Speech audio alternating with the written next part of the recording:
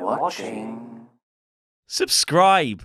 Hello, you're watching ScreenStalker. I'm Laurie Blake, and we are just days away from finding out who's going to get to park their keister on the old metal meester in Game of Thrones. Just FYI, there are spoilers for the entirety of Game of Thrones throughout this entire video, so get out of here if you don't want to know anything. Because the 8-season political and physical struggle for control of the Iron Throne is almost over. And as things stand, Daenerys looks like she's got it in the bag. She's scorched the city, incinerated the armies, and seemingly crushed Cersei under the Red Keep. And seemingly crushed the Iron Throne too, though I'm sure they'll find a way to salvage it. It's just a little dusty. It's still good. It's still good. It's just a little bent. It's still good. It's still good. It's just a little under 10 tons of rubble. It's gone, guys. It's gone. Forget about it. Forget about it. But with plenty of key players still in the game who were no doubt horrified by Dany's heel turn in episode 5, it could still be all to play for. So with that said, let's continue our Game of Thrones week here on ScreenStalker and have a look at all of the rumours for the finale of Game of Thrones that are going around. But before we kick off proper, have yourself a super click party by caressing subscribe, tapping the like button, and driving a flaming sword through the heart of the bell icon like you're Azor Ahai to enable notifications. And leave a comment down below to answer our question of the day. Which character or characters do you think will not survive the finale of Game of Thrones? Now, one character a lot of people don't think is going to make it is Daenerys. Your girl is owed some karmic retribution for essentially flambeing the entirety of King's Landing. And a pinch of line from Black Widow, she's got red in her ledger. So much red.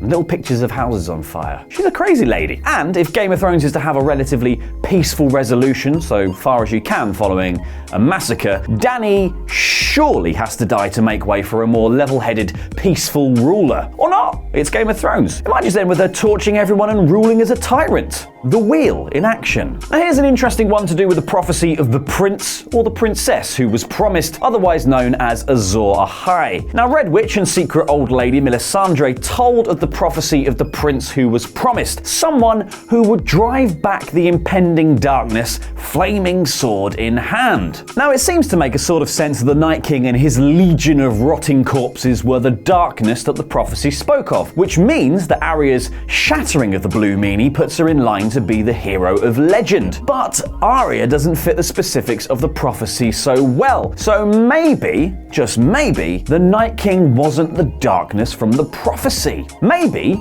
the darkness the prophecy speaks of is the coming rule of the Mad Dragon Queen, the Raving Reptile Royal, which would put paid to the rumour that Jon Snow, he who has done little more than say, "But you're my queen," for about 5 episodes, will stretch his goddamn bent knee and do what needs to be done. Kill his aunt lover. Now this leaves you open to fulfilling some of the more fun bits of the prophecy, because if Jon has the Targaryen trait of, not being burned by dragonfire, you could see him ending up with a flaming sword after a gout of dragon breath and driving that sword through Dany to stop her reign of terror before it properly begins. And drive back the impending darkness. The darkness being Dany. Or will he? Because someone else is surely gunning for Dany, and that is Arya, who spent much of episode 5 of this season being battered by debris, singed by fire, and splattered with the blood of innocents. And we last saw her riding off with purpose on the back of a brilliant white steed. Who else rides a white steed?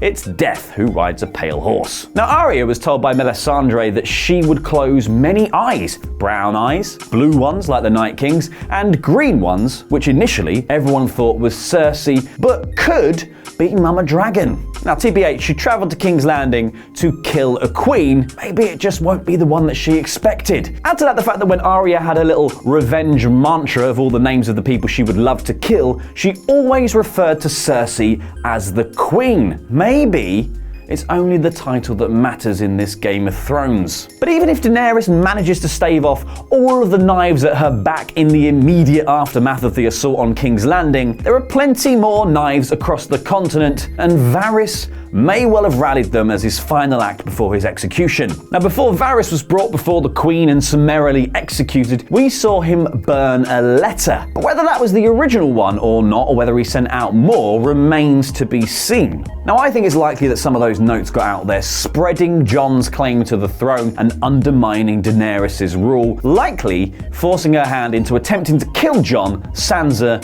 and probably Arya too, and everyone else in King's Landing. She's gone crazy.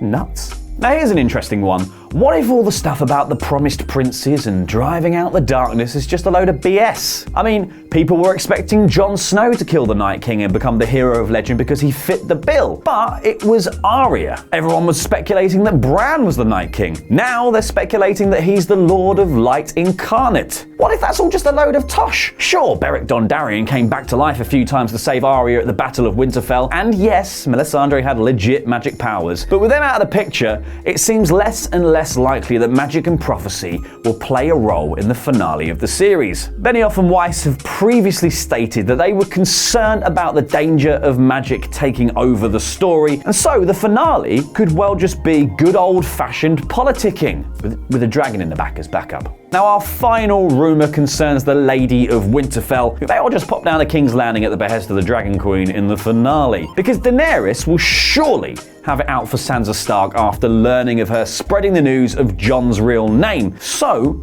expect Sansa to crop up in the finale somewhere. But imagine Sansa survives the run-in with Dany, and as expected, Dany winds up dead. Then it's Jon on the throne, isn't it? Except he doesn't want it, so maybe he'll head north of the Wall, or the Ice Hole as it's now known, and reunite with Tormund Giantsbane, and finally pet his damn dog goodbye. He's a good boy, Ghost. He's a good boy. Now that would leave Sansa as a perfect candidate for the throne. One, she has the respect of the North already, and two, has proven herself as a politician. Plus the fact that she is already technically married to a Lannister. So if her and Tyrion strike up their political marriage again, essentially combining the Stark and Lannister houses with a Targaryen brother in the mix too, no more wars. Peace at last. Or everyone dies.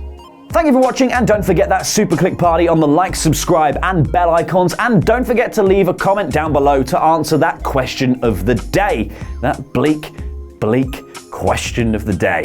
Head on over there for more awesome ScreenStalker content, including my review of episode 5 of this season of Game of Thrones. I've been Laurie Blake, and remember, we're watching.